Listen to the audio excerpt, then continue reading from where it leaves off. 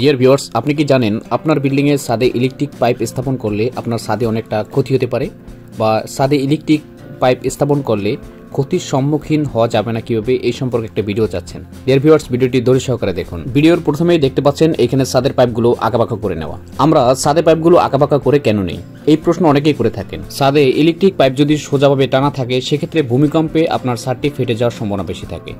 আপনি যদি ইলেকট্রিক পাইপগুলো আঁকাবাঁকা করে নেন তাহলে ভূমিকম্পে আপনার ছাদ ফেটে যাওয়া থেকে রেহাই পাবেন। ভিডিওর শুরুতে প্রথমেই প্রাথমিক ধারণা দিয়ে দিলাম। এখন আমরা আসি ছাদে কত ইঞ্চি পাইপ ব্যবহার করব। ছাদে হাফ ইঞ্চি পাইপ ব্যবহার করব এবং সঙ্গে টাইক্লি ব্যবহার করব, হাফ ইঞ্চি এলবো ব্যবহার করব। আর যদি আপনার ছাদ হয় 4 ইঞ্চি সেক্ষেত্রে আপনি ফ্যান বক্স ব্যবহার করবেন না, সেক্ষেত্রে আপনি সার্কুলার বক্স ব্যবহার করবেন। আপনার বিল্ডিং এর ছাদ যদি 5 ইঞ্চি বা 6 ইঞ্চি হয়ে থাকে সেক্ষেত্রে আপনি 3 ইঞ্চি ফ্যান বক্স ব্যবহার করবেন। সর্বোচ্চ খেয়াল করতে হবে রডের উপরের জালি বাঁকা করা যাবে না। ডোরপের নিচে আপনি কলা গাছ বা পেপার কাগজ দিয়ে প্রোটেক্ট দিয়ে নেবেন, সেক্ষেত্রে সেখানে যেন কোনো ধরনের ঢালাই যেন না যায়। জয়েন্টে অবশ্যই পিভিসি ব্যবহার করবেন। আপনার বিল্ডিং যদি 4-5 তলা হয়ে থাকে সেক্ষেত্রে আপনি স্যানিটারি লাইন এবং বেসিনের লাইন টেনে রাখবেন।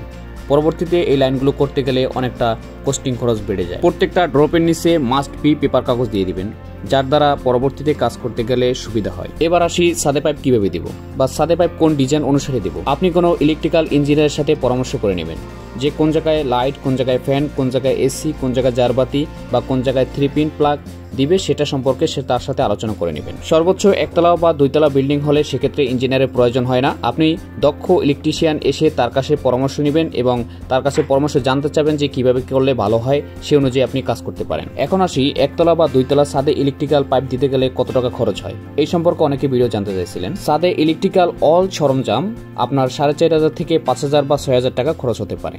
তো ডিয়ার ভিউয়ার্স, ভিডিওর প্রথম থেকে শেষ পর্যন্ত আপনারা সব তথ্য জানতে পেরেছেন। ভিডিওটি ভালো লাগলে লাইক করুন, শেয়ার করুন এবং আমার চ্যানেলটি সাবস্ক্রাইব করে পাশে থাকুন। ধন্যবাদ সকলে, ভালো থাকবেন, সুস্থ থাকবেন, খোদা হাফেজ।